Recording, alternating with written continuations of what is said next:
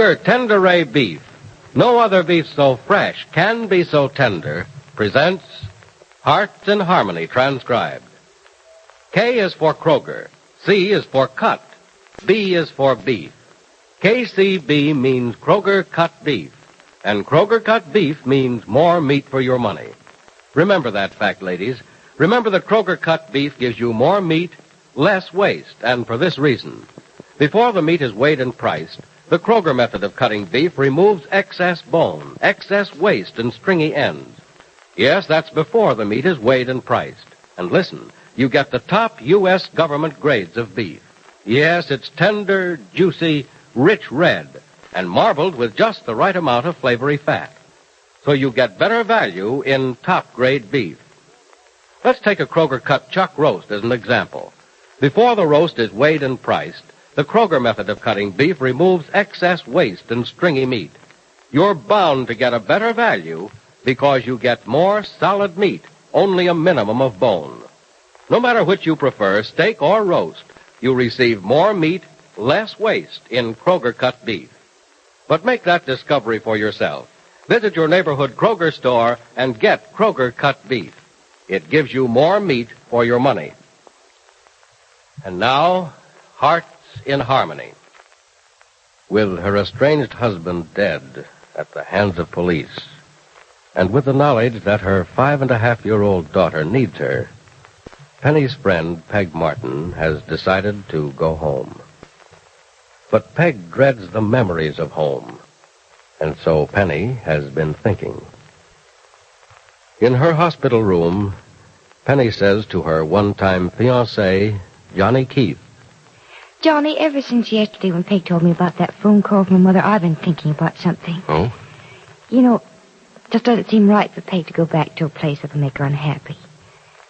And yet it isn't right either for her to stay away from her daughter. Uh-oh.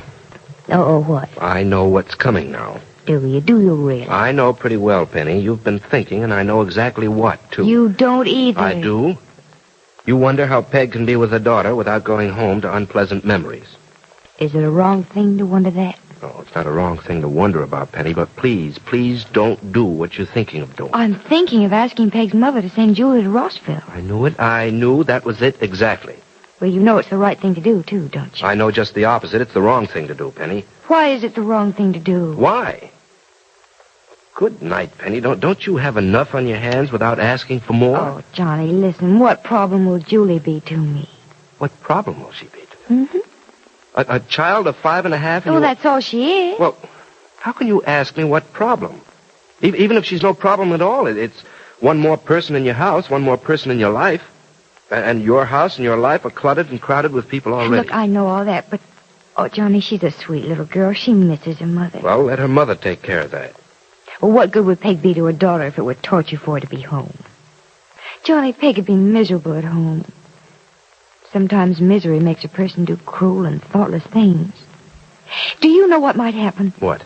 Peg might grow to hate her daughter just because the child was the reason she was at home among everything she hates and wants to forget. Oh, Penny. Oh, Johnny, listen. Put yourself in Peg's place No, for a minute. thank you. No, thank you. Well, you see, you do understand how unpleasant it'll be for Peg to go home. Even though she loves Julie as all mothers love all children. Penny, listen. I understand Peg's predicament perfectly.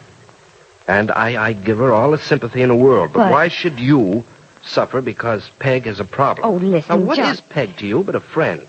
A girl you used to know years ago. A girl who didn't even write to you until she got into trouble. A girl who didn't even see you until things got so bad for her she had to run for help. Johnny, I can't help it. Peg still has a problem. I have a solution to it. Oh? Johnny, I just wouldn't feel right letting her go back and be miserable. And I know how I can prevent it. You know, you'd take the whole world into your house if there were room enough, wouldn't you? Johnny Keith, you're really pretty unreasonable sometimes. Penny, you're being unreasonable. Why, with all the troubles of your own that aren't solved and may never be solved, why do you have to take on another burden? Well, how can a little girl be a burden? Johnny, she's sweet. I've seen pictures of her. Sweet? Penny, there's a great deal of difference between the picture of a child and the child itself. I know that. I don't say that Julie won't be an added responsibility, but the responsibility isn't mine. Peg will take care of her child herself, Johnny. Look, why do you think she wants to go back to her? It's to be with her and to take care of her. All right, then let her go back and take care of her. If things at home are too unpleasant for her, she'll find a way to get out and go somewhere else and take her daughter with her. Couldn't she do that here?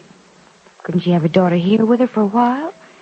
And then eventually decide where she wants to go and take Julie with her? Yes, of course she could, but that means more for you in the meantime. And, Penny, you've got to stop worrying about other people. Johnny, this isn't a worry. This is something I can do by just phoning Peg's mother and asking her to send Julie to Rossville. It's as simple as that. It's as simple as that. And when Julie gets here, how simple will it be? Well, look at the problems you already have in your house. Jed's an invalid. Your mother's upset. And Freddie and Nora are in love. Well, what's that? And if you don't think two people in love aren't a problem, you've forgotten what we were when we were in love. Oh, Johnny. And there's Peg, too. Peg has to be straightened out, get her self-assurance back before she's any good to anyone, including herself. And I might add that you keep a watchful eye on Barry Carlton, too. I do Don't not deny keep a it, watchful Penny. eye. I know you do. You can't help yourself. And you won't forget about him till you're sure he's straightened out. And then, too, I'm not exactly a help to you. I know what a headache I've been to you the last few months, and I know I don't make things easier for you by arguing with you at every turn. But, Penny, this is something you should not do. Believe me, Peg can get along without your help. It isn't your fault that she has a daughter she misses and wants to be with. It isn't your fault she has so many unpleasant memories at home. Why make what isn't your fault your problem? Johnny, I know that. I know that. There's a great deal of sense in what you're saying. In fact, there's too much sense. And I know you're probably right in everything you said, but I just can't let it... Oh, I don't know. I'll, think it over some more before I do anything. Will you, though?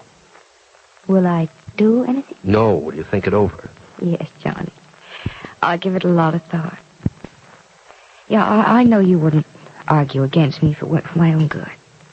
And I'll think it over. But I won't make any promises about how I'll decide.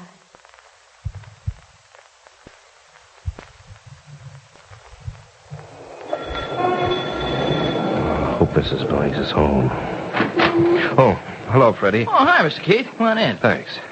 Is Mrs. Billings home? No, she isn't right now, Mr. Keith. In fact, nobody's home but Valerie and me. Oh? Get me, will you? I'm a babysitter for the afternoon. Well, you might as well get used to it, Freddie. One of these days you'll be a father and a lifetime babysitter. Now, look, do you have to scare me out of 10 years' growth? Is Jed at home? Oh, yeah, sure, he's here. He's up in his room, but he's asleep right now. Oh. He didn't have such a good night's rest last night at all.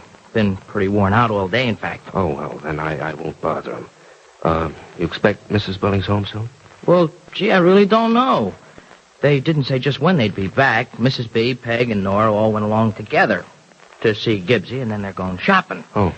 And you know, when those dames go shopping in a clan, that can go on forever. Yes, I know. Well, it's really too bad. I'd like to talk to Mrs. Billings or to Jed before it's too late. Too late? Well, what's up? Oh, nothing, I hope. But I was up to see Penny this morning, and... Well, I'm afraid she's going to bring Peg's daughter up here. What? Mm-hmm. You mean Gibbsy's giving that Martin dame another break? Oh, no, Mr. Keith. Look, somebody ought to put a stop to that right now. Well, that's what I think, but why do you think so, Freddie? Well, I suppose I shouldn't say it, Mr. Keith, because I don't have anything to prove it with, but... Well, there's just something about that Martin gal that I don't like. Oh? Well, what is it, Freddie? I don't know. It's just something about her that makes me want to stay clear of her. I've been wanting to say something to Gibbsy all along about it, but I haven't because, well, when you come right down to it, that Martin dame hasn't done anything wrong or said anything wrong, but there's just something about her. Yeah, I think I know what you mean. Oh. Have you gotten the drift of it too, Mr. Keith? No, I can't say I have. In fact, I've always rather liked Peg. But then again, maybe I've just sympathized with her. Tell me, when did you feel there was something about her you didn't like, Freddie? Well, the minute I saw her, I guess. Huh? You know, I went to the railroad station to pick her up. Mm-hmm. I was the first one to see her when she came here to Rossville. She had a sort of cat who swallowed the canary look about her when I said she was coming straight to Gibbsy's and not going to a hotel. Oh. In fact, Mr. Keith, I could practically see the yellow canary feathers in her hat. Ah. Well, I'm glad you told me this, Freddie. Well, now, look, Mr. Keith, don't start hating the dame on my account, will you? Even I don't hate her. She's okay. She hasn't done anything to me or to anybody else. But, well, I don't want to do anything to her or say anything to turn anybody else against her. You see? It's just that my feelings are my own opinion. Yeah, it's nice of you to be fair about it, Freddie, but I know you're not the kind to form opinions without reason, even if you don't know the reason yourself. It's probably just a bee in my bonnet that's buzzing too loud, that's all. Well, maybe. But maybe I should get after Penny to let Peg go home, just for Penny's sake. Maybe I have a better reason now. Maybe I should talk Penny into letting Peg go to get rid of her and avoid a little more trouble.